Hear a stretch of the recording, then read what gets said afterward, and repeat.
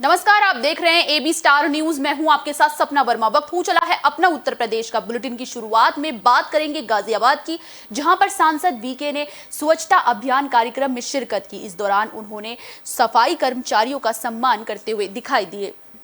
गाजियाबाद के सांसद केंद्रीय मंत्री जनरल वीके सिंह लोनी पहुंचे, जहां उन्होंने लोनी सामुदायिक स्वास्थ्य केंद्र में प्रधानमंत्री नरेंद्र मोदी के जन्म दिवस के अवसर पर मनाए जा रहे सेवा पखवाड़े के अंतर्गत स्वच्छता अभियान कार्यक्रम में शिरकत की।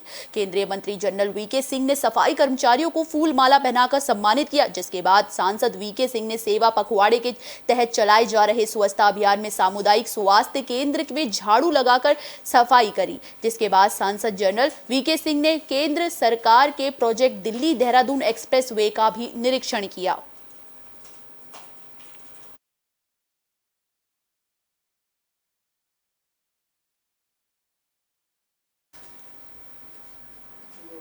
बुलेटिन में बात करते हैं मथुरा की, जहां पर ठाकुर बांके बिहारी के दर्शन करने डीएम पुलकित खरे पहुंचे। इस दौरान डीएम का भव्य तरीके से स्वागत किया गया।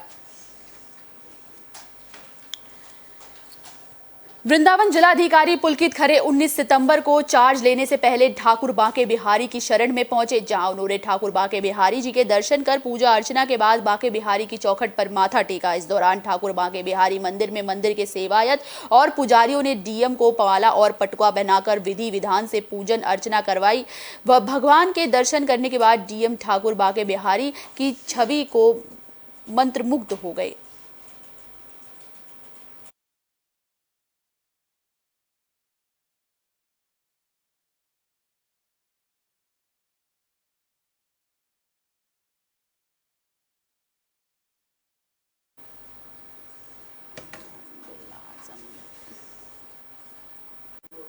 बात कर लेते हैं रामपुर की, जहां पर एमएलए अब्दुल्ला आजम को लेकर बात सामने आ रही है। उनके करीबियों पर ईडी की पूछताछ जारी है।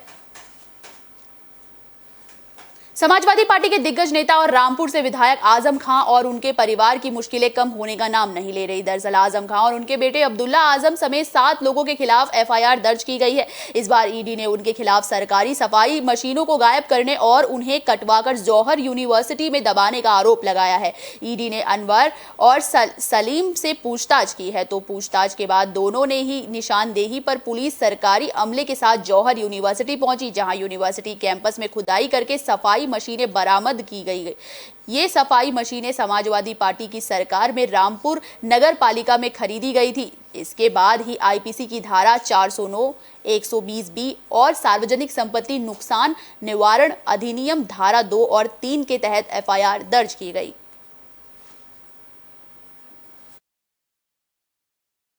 वो अभियुक्त पकड़े गए थे जुए के संबंध में कल। इनमें एक नाम सालिम है और एक अनवार है। ये दोनों जो माननीय विधायक हैं अब्दुल्ला, उनके बहुत नज़दीकी हैं और इन्होंने पूछताछ पर कई तरह की चीज़ें बताई थी। तो आज वाकर अली ने एक मुकदमा पंजीकृत कराया कोतवाली में, जिन्होंने बताया कि पूर्व की सरकार में एक नगर पालिका ने ज़मीन साफ़ करने के लिए, सफाई के लिए एक बहुत बड़ी मशीन खरीदी थी, करोड़ों रुपए।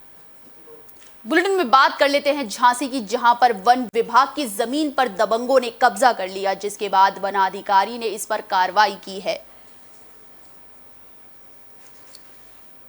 झांसी के ग्राम हीरानगर में दबंग द्रगपाल सिंह यादव और उसके परिवार वालों ने वन विभाग की 15 एकड़ जमीन पर अवैधानिक रूप से कब्जा कर रखा। ये कब्जा उसके परिवार वालों ने 10 साल से कर रखा है और उस कब्जे वाली जमीन पर खेती भी की जा रही थी, जिसकी शिकायत बड़ी माता मंदिर के पुजारी जागेश्वर प्रसाद द्विवेदी ने झांसी वनाधिकारी से की।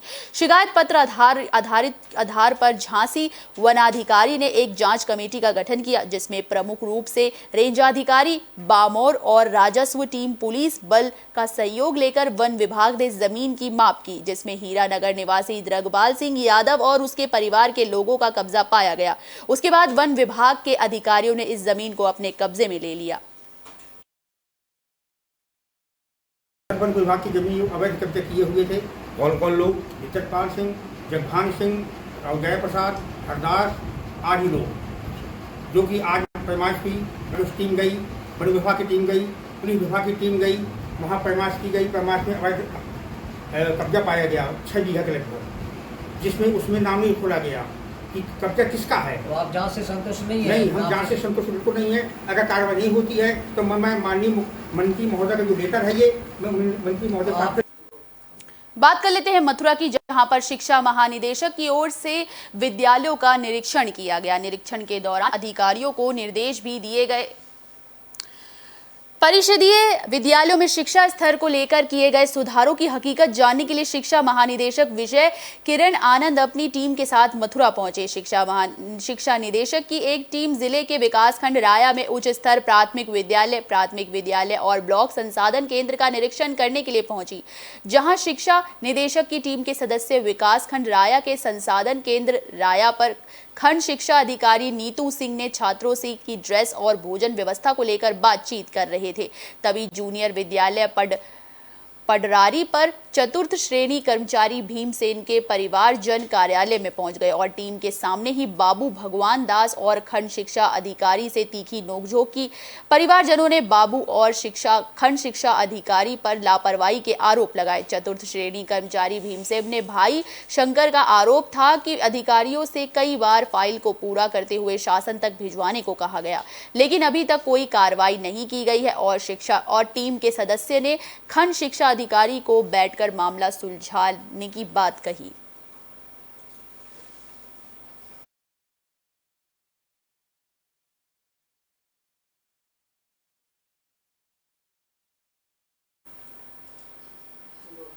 बात कर लेते हैं महोबा की, जहां पर एडमिशन के नाम पर फर्जीवाड़े का मामला सामने आया है। दरअसल 40,000 का चूना एक छात्र को लगाया गया है। जिला महोबा के चरखारी तहसील अंतर्गत ITI कॉलेज के खिलाफ छात्रों ने मोर्चा खोल दिया। छात्रों का आरोप है कि कॉलेज में प्रवेश के नाम पर 40,000 की रकम ली गई। उसके बाद कॉलेज के कर्मचारी खुलेआम छात्रों का शोषण करते हैं। कॉलेज के शोषण से नाराज छात्रों ने कॉलेज में काम कर रहे कंप्यूटर ऑपरेटर पर खुलेआम घूसखोरी के आरोप लगाते हुए कड़ी कार्रवाई की मांग की है। हमारे पैसे मिल जाए और हमारे पैसे मिल नहीं रहे। ITI कॉलेज में के नाम से सौरभ मिश्रा ने हमसे पैसे लिए कि एडमिशन दिलाएंगे और जॉब भी दिलाएंगे बोल रहा था, इसी में कंप्यूटर ऑपरेटर की तो नहीं दिलाया। ITI कॉलेज में एडमिशन के लिए कह रहा था कि एडमिशन चरखारी में दिलवा देंगे। डॉक्यूमेंट्स भी दिए, काफ़ी चीज़ हम उसकी डॉक्यूमेंट्स की सब प्रूफ है हमारे पास, पैसे देते हुए प्रूफ है, लेकिन वो कह रहा है पैसे नहीं देंगे और फालतू में गाली गलौज भी कर रहा है। रिकॉर्डिंग हमारे पास। बात कर लेते हैं अब प्रयागराज की, जहां पर न्याय के लिए गुहार लगाती एक विवाहिता का दर्द सामने आया। दरअसल उसे जान से मारने की धमकी उसके ससुराल वालों ने दी है। फूलपुर तहसील के अंतर्गत आने वाले सराय इनायत थाना क्षेत्र के भागीपुर गांव में किशन लाल यादव ने अपनी बेटी पूजा यादव की शादी महेंद्र यादव के पुत्र शंभू यादव से की। पीड़िता पूजा यादव का एक बच्चा भी है, जिसका नाम तेजस जो 1.5 साल का है। पीड़िता का आरोप है कि उसके पति शंभूनाथ यादव ससुर नंद चांद तारा दहेज के लिए प्रताड़ित करते हैं और आए दिन सब मिलकर मारपीट करते हैं और कहते हैं कि तुम्हारे मायके वाले धनी हैं और तुम अपने पिता की इकलौती बेटी हो। अपने पिता से कहकर 1 कार और 2 लाख रुपए नकदी ले आओ, नहीं तो जलाकर मार देंगे, जिसकी लिखित शिकायत पीड़िता और उसके पिता ने SSP प्रयागराज को दी थी। देखना होगा कि अब ऐसे में लोगों पर क्या कार्रवाई होती है। हमारा ये मामला है कि अभी 4-5 महीना पहले हमारे ससुराल में हमको मार पीट रहे थे दहेज के लिए। वहाँ से हम किसी तरह से जान बचा के भाग आए अपने पिता के साथ। तो यहाँ हमारा FIR किसी तरह दर्ज हुआ। तो हमारे पिता जब जाते हैं कोर्ट में पैरवी करने के लिए, तो ये लोग रास्ते में रोक के उनको धमकी देते हैं। शिकायत की SSP के यहाँ किए और थाना सराय नायत SO के पास भी हम शिकायत कर दिए। क्या कार्रवाई हुई? अभी तक हमारी कोई कार्रवाई नहीं। बात कर लेते हैं झांसी की, जहां पर नहर का पानी तबाही लेकर आया। इस वजह से किसानों की फसलें बर्बाद हो गई। नहर का पानी किसानों की फसलों में घुस गया, जिस वजह से वहां पर काफी ज्यादा लोगों को दिक्कतों का सामना करना पड़ रहा है।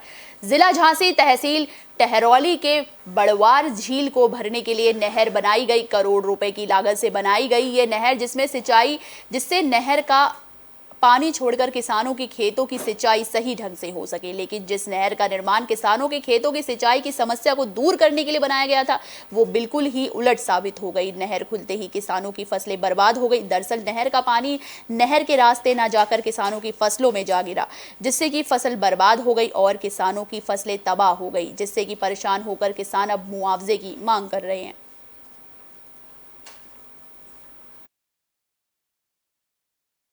हमारे यहाँ हमारी 8 एकड़ जामा है, पूरी में पानी फिर रहा है, पूरी फसल नष्ट हो गई। मूंगफली बह बह के निकल के बाहर तालाब में जा रही। किस वजह से? नाली नहर का पानी आ रहा है। नहर का पानी आ रहा है? हाँ, नाले में नहीं जा रहा है एक बूंद, पूरी हमारी ऊपर जमीन में हो जा रहा। ज़्यादा नुकसान है, हमारी फसल बिल्कुल बेकार है। जहाँ से नाला है वहाँ पानी जा नहीं रहा है। मेरी ज़मीन बंदी वह नंबर में वो पानी गुजर रहा हो। नहर खुदी नहीं है? पूरी नहर खुदी नहीं है, यहाँ बिल्कुल खुदी नहीं है। नहर का पानी आ रहा है? हाँ, नहर का पानी आ रहा है। इधर छेक लगी, इधर आदमी लोगों ने खुदे नहीं दी। बात कर लेते हैं प्रयागराज की, जहां पर भ्रष्टाचार की भेंट चढ़ा है प्रधानमंत्री आवास योजना। दरअसल कच्चे मकान को रहने पर यहां पर मजबूर हैं लोग, कच्चे मकान में रह रहे हैं काफी समय से। हंडिया तहसील के अंतर्गत आने वाले जगुआ सोंधा गांव में आज भी कई गरीब परिवार ऐसे हैं जो आबादी के बाद से अब तक कच्चे मकान में रहने को मजबूर है। आजादी के बाद कई पंचवर्षीय योजनाएं बीत चुकी है, कितने प्रधान आए और चले गए, लेकिन प्रधानों की नजर गरीबों के आशियानों पर नहीं पड़ी। भ्रष्टाचार की दलदल में फंसा प्रधानमंत्री आवास योजना और मुख्यमंत्री आवास योजना। देश के प्रधानमंत्री नरेंद्र मोदी ने आह्वान किया कि 2022 तक कोई भी गरीब परिवार कच्चे मकान में नहीं रहेगा, लेकिन सरकारी कर्मचारियों को प्रधानमंत्री के आदेश का कोई असर नहीं पड़ रहा। इन पर कोई असर नहीं पड़ रहा, ना ही इनके कानों में कोई जू रेंग रही है।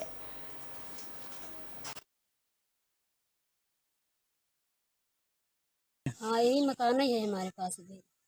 आवास मिला अभी आपको? नहीं, आवास 3 बार मिला, भरा, लेकिन मिला नहीं एक कौवा। मतलब सूची में नाम आया था? सूची में नाम आई बार, एक बार 10,000 आऊ के गायब हो गई। मतलब किस लिए कट गया नाम सूची में से? अब वो कुछ पता नहीं, किस आए के एक बार कट गया। आपको आवास मिला नहीं? नहीं, 10,000 निकाला के बाद फिर उभर नहीं किया। अच्छा, किस उनकी प्रधानी में। अच्छा, तो कितने साल से आप यहाँ रह रही हैं? अभी यहाँ तो जब से शादी हुई है तब। बात कर लेते हैं औरैया की, जहां पर जिला पंचायत सदस्य धर्मेंद्र यादव को गिरफ्तार कर लिया गया है। दरअसल उन पर मारपीट करने का आरोप लगा है। दिव्यापुर थाना क्षेत्र के दोनों आरोपियों को न्यायालय के आदेश पर इटावा जेल भेज दिया गया है। घटना के पांच आरोपी पहले ही जेल भेजे जा चुके हैं। दिव्यापुर पुलिस ने समाजवादी पार्टी के जिला पंचायत सदस्य धर्मेंद्र यादव और उनके साथी को गिरफ्तार किया है। उमरसाना में हुए जमीनी विवाद मामले में सपा जिला पंचायत सदस्य धर्मेंद्र यादव और उसके एक साथी को पुलिस ने गिरफ्तार किया। धर्मेंद्र यादव पर साथियों के साथ मिलकर मारपीट करने का आरोप लगा था, जिसके बाद दिव्यापुर थाना पुलिस ने 3 लोगों को गिरफ्तार किया है। उसके बाद पुलिस कस्टडी में रखकर उन्हें जेल भेज दिया गया।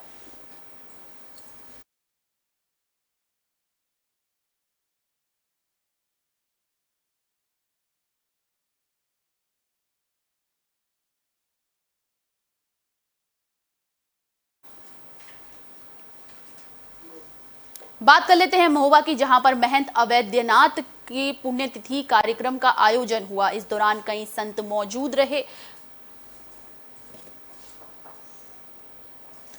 महोबा जिले में विश्व हिंदू महासभा के युवाओं और कार्यकर्ताओं ने राष्ट्रीय संत ब्रह्मलीन महंत अवैधनाथ जी की पुण्यतिथि का कार्यक्रम का आयोजन किया। इस दौरान विश्व हिंदू महासभा के प्रदेश अध्यक्ष भिखारी प्रजापति समेत तमाम महत्वपूर्ण कार्यकर्ता मौजूद रहे। इस मौके पर विश्व हिंदू महासंघ के जिला अध्यक्ष सौरभ तिवारी ने अपने विचार व्यक्त किए। सभी हिंदू धर्म जातियों को एक मंच साझा कर हिंदू परंपरा के अनुसार जीवन यापन करने की बात कही गई। उन्होंने कहा कि समय के अभाव है, लेकिन सभी लोग गौमाता की सुरक्षा करना अपना परम उद्देश्य समझे। इसी के साथ ही विश्व हिंदू महासंघ के जिला अध्यक्ष ने हिंदू धर्म से जुड़े युवाओं को एक मंच साझा कर हिंदू धर्म का प्रचार प्रसार किए जाने की अपील की। आज के कार्यक्रम का मुख्य उद्देश्य हमारे ब्रह्मलीन अवैधनाथ जी की पुण्यतिथि और सभी हिंदू भाइयों को संगठित और एकत्रित करने का, जो हमारी सभी जातियां आपस में बढ़ रही हैं। फेसबुक पे लोगों के दिल में गलत विचार आ रहे हैं, जिसकी वजह से हमारे आपसी भेदभाव के कारण हम लोग एकत्र नहीं रह पा रहे हैं और जिसका बहुत बड़ा समाज पर प्रभाव पड़ रहा है। हमारा मेन उद्देश्य सभी को एकत्रित करना, संगठित करना और आगे संचालन करके एक दिशा में सभी को आगे बढ़ने का है, जिससे हमारा समाज आगे को बढ़े। ना कि किसी भी कोई भी आकर कल के दिन समाज में कोई किसी जाति के बारे में, कोई ब्राह्मण जाति के बारे में, कोई किसी अदर जाति के बारे में, कोई ठाकुर, कोई ऐसे जातियों। बुलेटिन के आखिर में बात कर लेते हैं मां मंडलेश्वर यति नरसिम्हा-गिरी महाराज को लेकर, जिनको रोका गया है यूपी बॉर्डर पर। गाजियाबाद पुलिस ने महामंडलेश्वर यति नरसिम्हानंद गिरी को दिल्ली जाते हुए यूपी गेट पर रोक दिया। आपको बता दें कि नरसिम्हानंद ने दिल्ली में गांधी समाधि पर जाकर उपवास करने की घोषणा की, लेकिन दिल्ली पुलिस ने कानून व्यवस्था खराब होने के चलते उन्हें यूपी पुलिस को सूचित किया, जिसके बाद यूपी पुलिस ने यति नरसिम्हानंद को यूपी बॉर्डर पर रोक दिया।